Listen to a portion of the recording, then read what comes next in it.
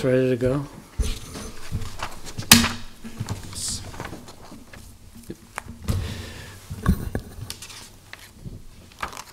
Okay, folks, let's go ahead and get started with the agenda for the West Haymarket Joint Public Agency today. We operate under the Open Meetings Law, and a copy of that law is posted in the in the back of the room for your information. Public comment is welcome on the different agenda items, and there is a 5-minute speaking limitation that for each period of testimony. The only thing required is that each individual identify themselves for the official record. The first item, agenda item number 3, is approval of the minutes from the JPA meeting held on August 24th, 2017. It's been moved that they be adopted and seconded that they be adopted. Is there any further comment or discussion? If not, call the roll. Claire? Yes. Beitler? Yes. Eskridge? Yes. They are adopted. Agenda item number 4 is approval of the August 2017 payment register. Brandon Kaufman will present that to us. Brandon Kaufman, treasurer for the JPA. So you have the August register before you. It has operating expenditures of $356,115.46. And then you have the capital expenditures for August for a total of $26,104.33. Some highlights in the operating budget. Expenditures was a $49,572 payment to the city of Lincoln. That would be for the festival lot maintenance that Parks and Rec maintains, mowing and shrubbery. And then also for Downtown Lincoln Association maintenance of the JPA. There's $107,850.07 payments for parking management, and then $189,967.83 to District Energy Corporation for the August bill, and then a large portion of that would be billed back to the private sector. The capital budget, it's primarily environmental remediation expenses that are ongoing.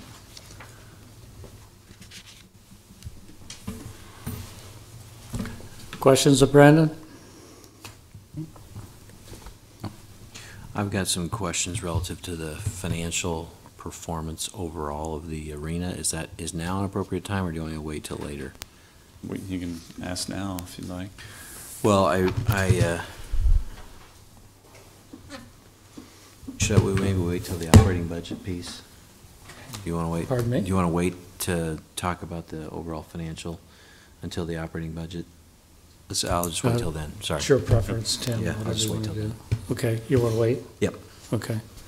Any other questions of Brandon? Okay, is there public comment on the payment register?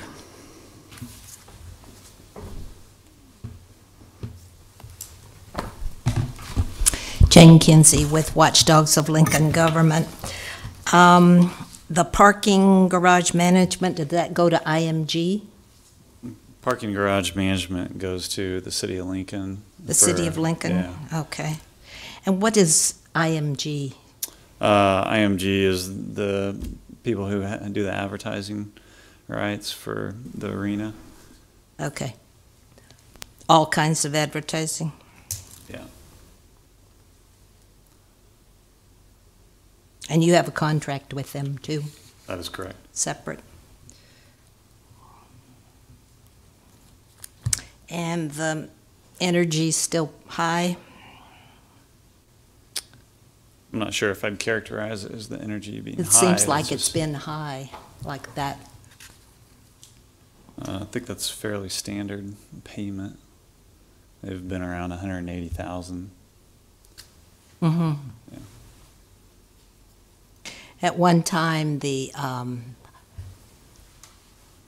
plan was to try to get more facility into it to lower the costs, so how's that going? As more buildings come online, like the Huddle building and the Lumberworks garage project, those will continue to help lower the cost. But at this time, it's not? This number will continue to increase because we're bringing on new facilities.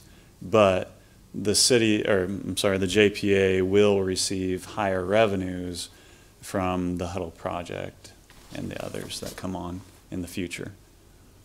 Okay. But none added at this time, or do you know? Not at this time. I think Huddle's the closest Okay. coming online. Okay, thank you. Thank you, Jane. Is there further public comment?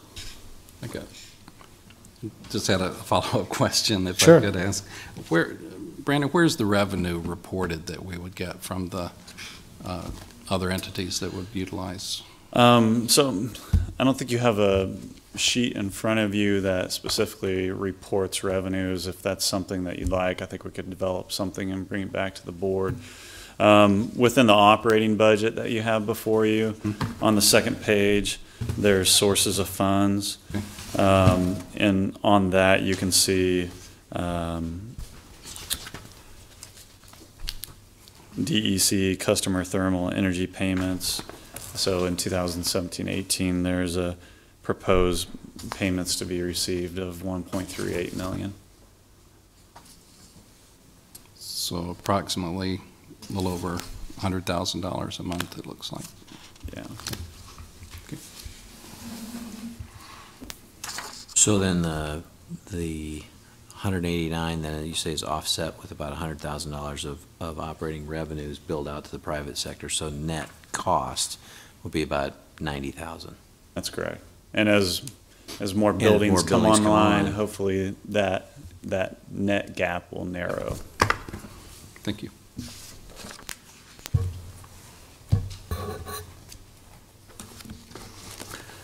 Okay.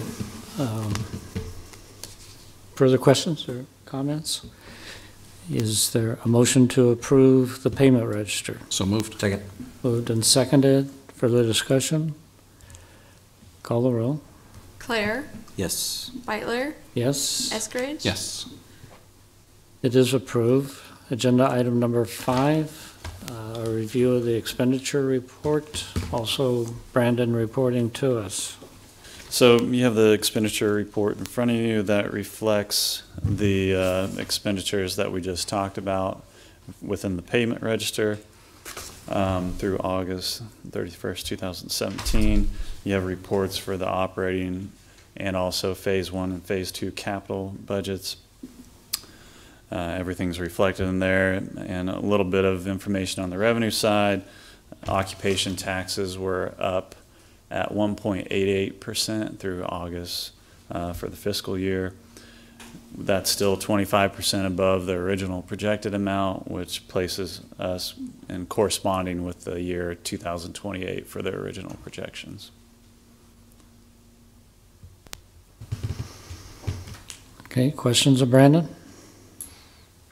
What that means then is that in the initial budget, just to be clear, the initial budget that we put together that was presented when we were promoting the bond issue to start the arena process and the West Haymarket JPA process, our original budget that we published said that the revenue that's there today is where we project to be in 2028.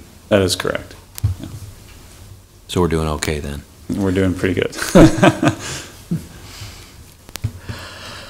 All right, further comment? Is there public comment on this item?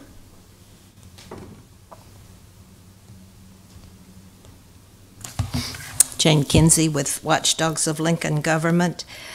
On the other building maintenance, what does that include? So that would include maintenance for the Amtrak facility. Okay, And then also, there's $300,000 in there for the Pinnacle Bank Arena maintenance budget that we reimburse expenditures to them on. okay. Just the two? Primarily. Any others? I think those are the two primary. There might be some smaller ones in there. Okay. You could get that to me if I ask? Sure, we could do that. Okay.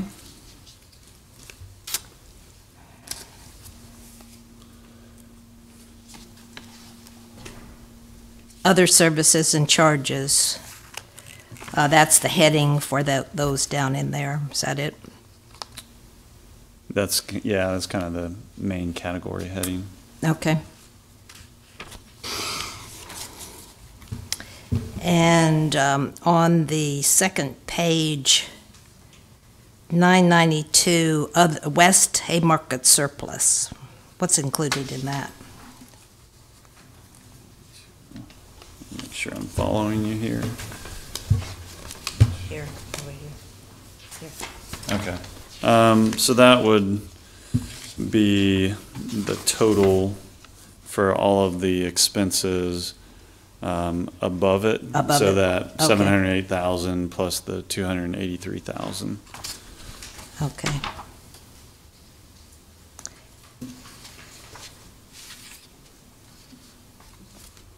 Miscellaneous equipment, is that for the arena or? Yeah, so that would be, miscellaneous things that are listed in the capital improvement budget. Okay.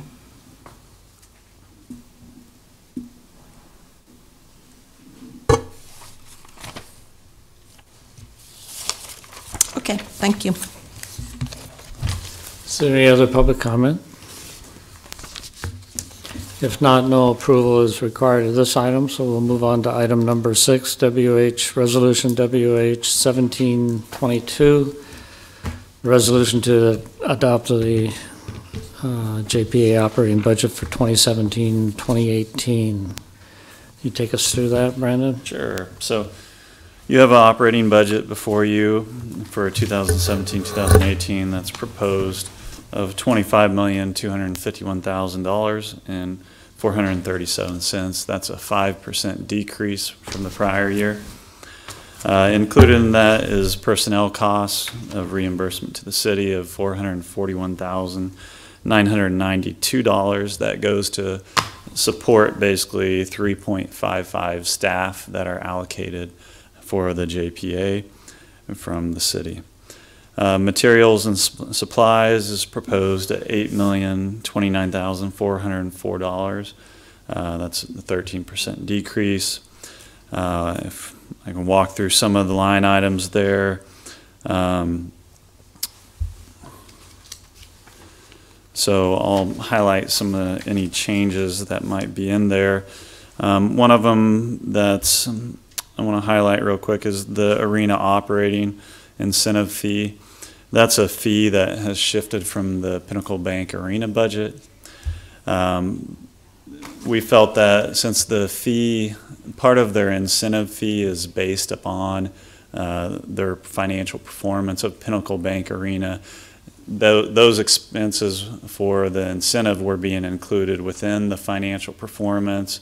We felt that it was right and fair to the company, to SMG, that be moved over to the Pinnacle or to the JPA budget and not be counted as part of their financial performance overall, so that we could get a truer picture of how the arena is performing. So that's been shifted over from the PBA budget. We budgeted, as part of that contract, they can earn up to their annual management fee, which is $204,000. We've budgeted up to 90% of that. But in exchange for that incentive fee, the offset is that they're bringing in a significant amount of revenue, and we're incenting them to bring in additional revenue. That's correct? There's the way the contract's structured. They've got financial performance, customer service type focus as well. So there's certain thresholds that they're trying to hit and perform in order to incentivize them to do better. The maintenance and capital improvement budget, that's also another agenda item. I can go into it now if the board wishes, or if you'd like a more detailed kind of account as we walk through the CIP budget. So I'm looking to you right now for feedback. Would you like me to go ahead and go through that right now? What do you all prefer? Might as well talk Okay. a little, you talk, give us 30,000 foot view on that. Okay, so included in the capital improvement budget, that's $1,355,925,000. 580,000 of that is rollovers from the prior year that was authorized, but that wasn't completed.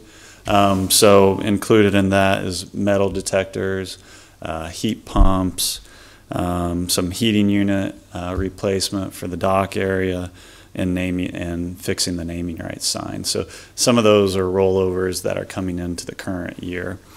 Athletics at the University of Nebraska is paying for part of that, those metal detectors, though, correct? I'd probably have to, I thought athletics was covering some of the expense on security. It's not at this point.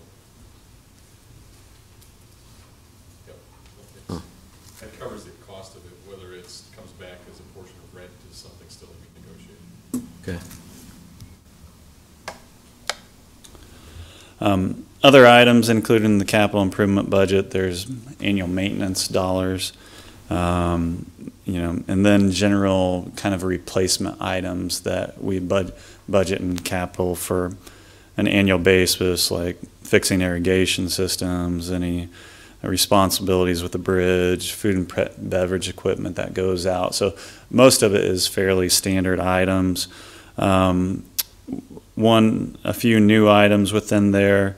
There's $150,000 that's budgeted for the replacement of the floor. I believe that was scheduled to be replaced in 2020.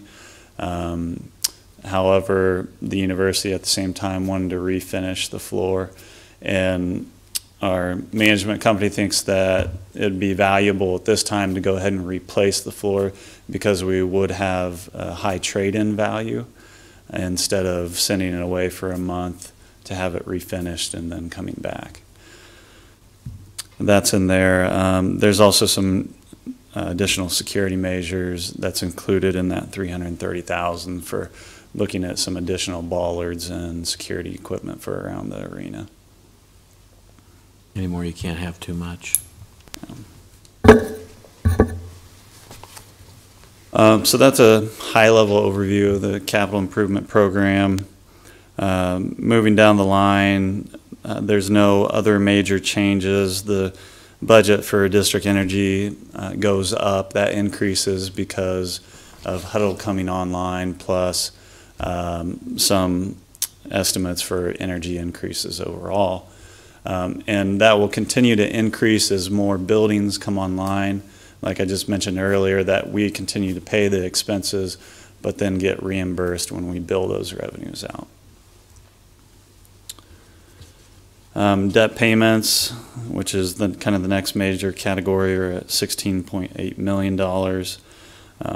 We're still about 3 years off from 2020 when the first principal payments kick in. And then at that point, we'll see about an increase of $4.8 million. So those are the highlights of the operating budget, and we'll stand for any questions at this time. Questions? And this is the budget for the West Haymarket Joint Public Agency, That is correct. which is different than the Pinnacle Bank Arena. That is correct. This would imply that the project is doing pretty well financially and is pretty stable. Sorry, excuse me. I said this would imply that in your prior report would imply that the project itself is financially stable. That is correct. So I think if you look at this from an overall picture, you've got two items here. You've got the Pinnacle Bank Arena, but then you've got the JPA. And the good thing is that there's no property taxes that go into any of those two budgets. There's no sales taxes that go to fund any arena operations. And also, there's no occupation taxes that are going to the arena. Those are coming to the JPA. The JPA gets about $5.9 million within its annual budget that is directly generated from the arena.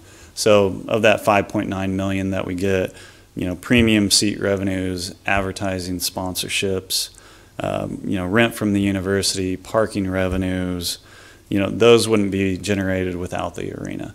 So 5.9 million is generated by the arena directly.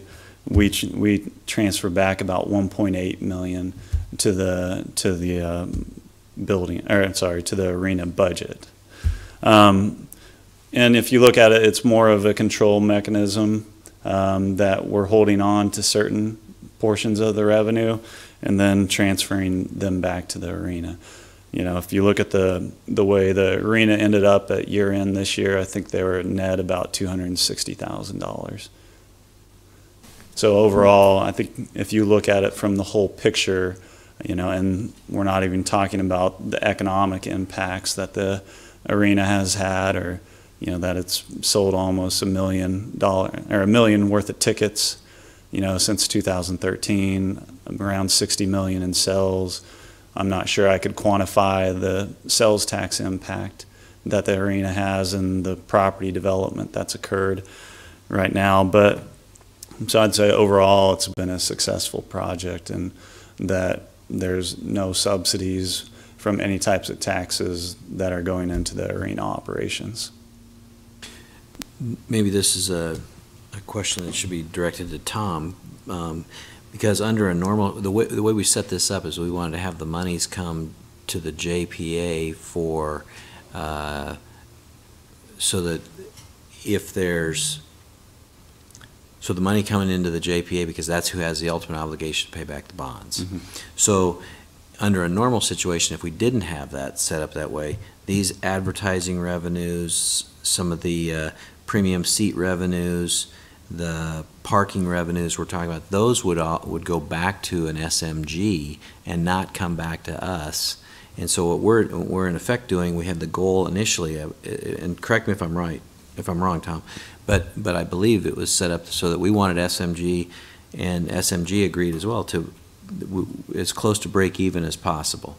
So the idea of this concept of a subsidy really isn't a subsidy. What it is this is monies that they normally would have gotten under a different type of an arrangement, but rather than having the money go to SMG, it comes to the JPA. Is that correct? I think that is correct, and I think Tom could add to that as far as other arena operations around the country and how and what normal revenues that they receive. Because again, the backstop here, we needed those monies coming. We wanted to be have those monies to help offset the ultimate cost of the bonds, and that's what we're seeing the growth right now. And what we're doing basically is giving you a proportion of those monies that otherwise would all be yours. And that $5.9 million that's generated through operations, whether that's through naming rights, whether that's through all the different revenue sources that come in, by putting them to the JPA, the project saved tremendous amounts of money overall because they were paying the bonds. The bond covenants had those coverings going to the JPA. So it allowed us to have a 3.5% cost of capital as opposed to a 5% cost of capital. Right. And on a $300 million bond float, that's tremendous amounts of money that are saved every year by that going through there. So the operation does very well. If you ran it the other way and all those revenue streams came through the operator, for us, for example, we'd be writing a check back to the JPA every year in excess of $2 million. And so it's whatever side of the ledger that it happens to go on, but it's more advantageous to be on the city's or the JPA's side of the ledger because you get those savings on your bond payments.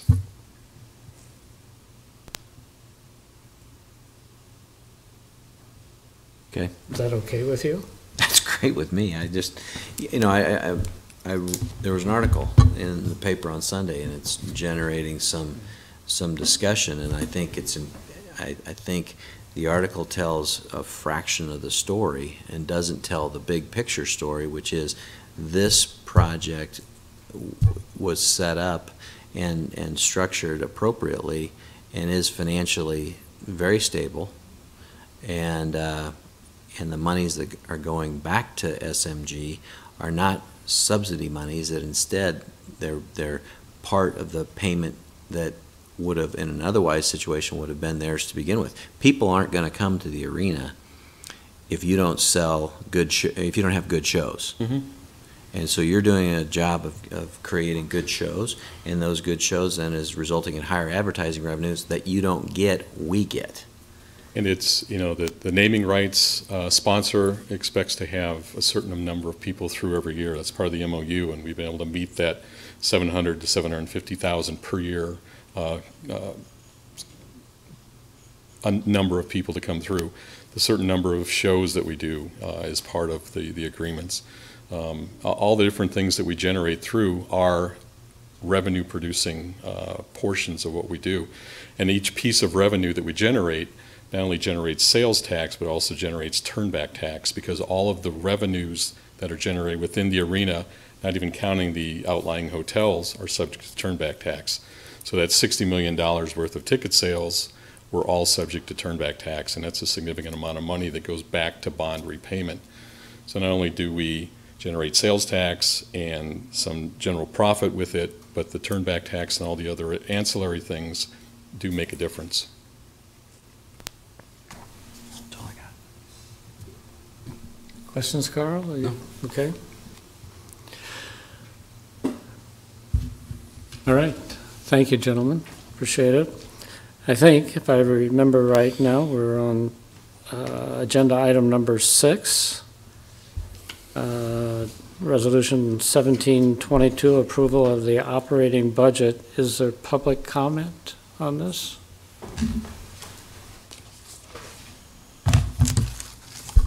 Jane Kinsey with Watchdogs of Lincoln Government.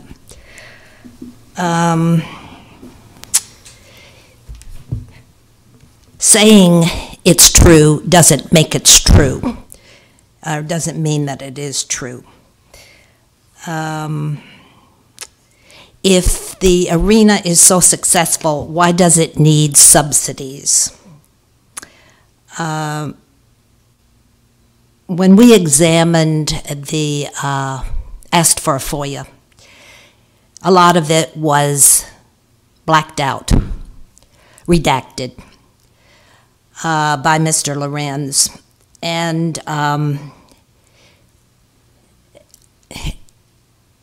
we don't have any real belief that anybody knows really what's going on.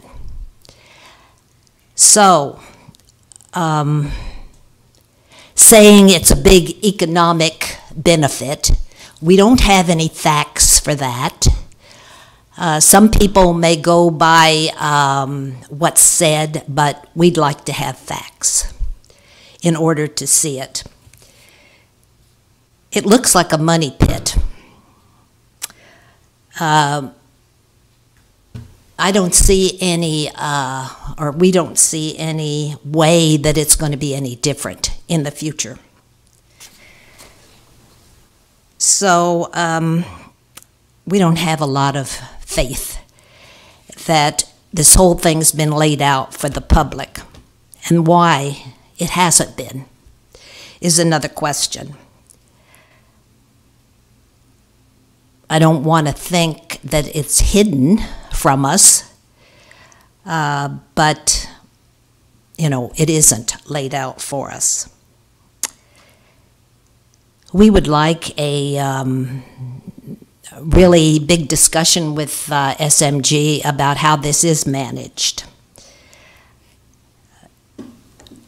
And looked at by you again. It's real easy to get into contracts with people and never reevaluate what needs to be fixed, adjusted, whatever. And so the question is, if everything is so wonderful and so generating money, why does the arena need a supplement? And people operate, I hope, on facts, not on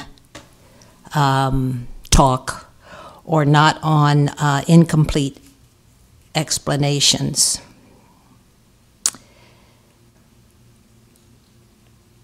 It could be, concerts could be, in light of what happened in Las Vegas, could be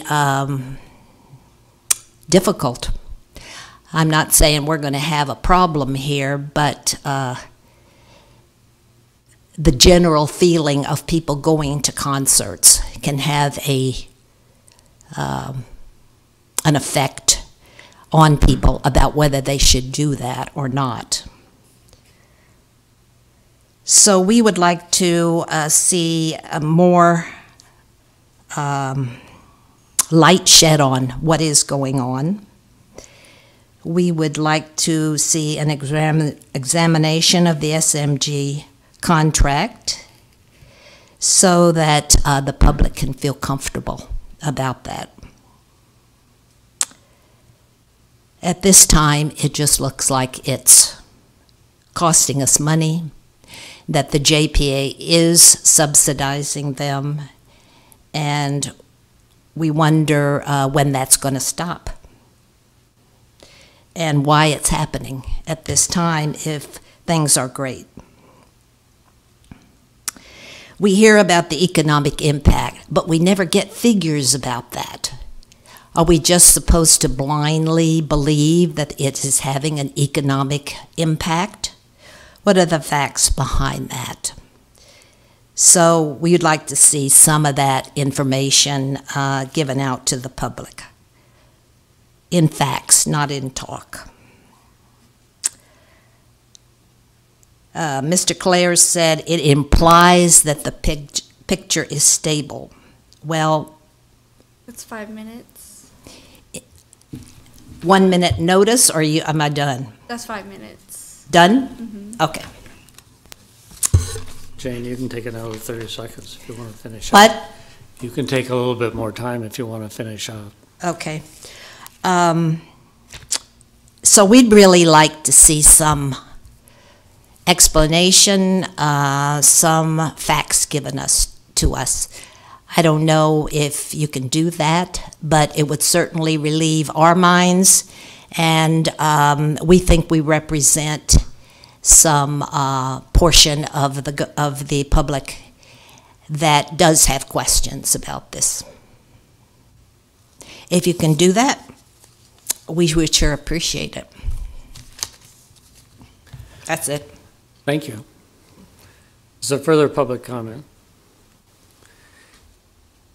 Seeing none, is there a motion to approve Resolution 17-22? Second.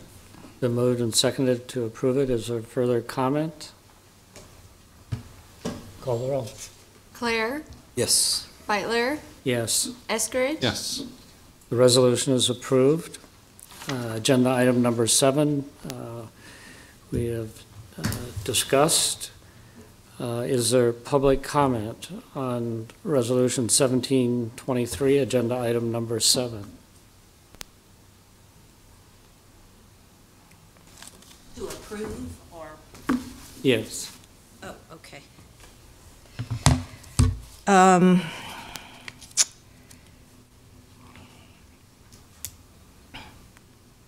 I guess we don't feel comfortable about part of the arena issues. I assume that you do have some figures which Brandon has given to me. From time to time, I can ask for some more of it. We have to have confidence that this is appropriate, and as I say, we do accept about the arena issues. I hope that that electric bill can come down, and that some real efforts being made to lower that, because that's taking out of the public monies. Looks pretty high.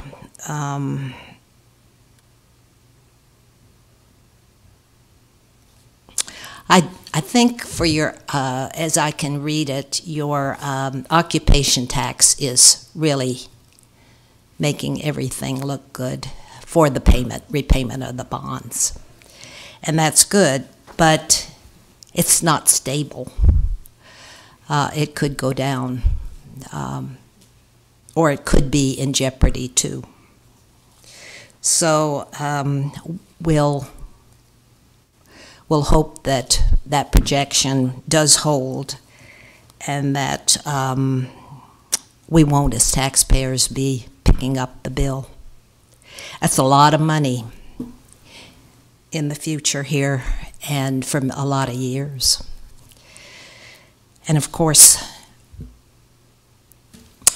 some or all of us may not be here to see how that will work out. Thank you. Jane, thank you. Is there further public comment? Seeing none, the question is the approval of WH 1723 relating to the capital budget. Is there a motion to approve? So moved. Second. Did I invite further public comment? Yes. Did I? Okay. It's been moved and seconded to approve. Further comment? Call the roll. Claire, Yes. Beitler, Yes, Eskridge. Yes. it is approved.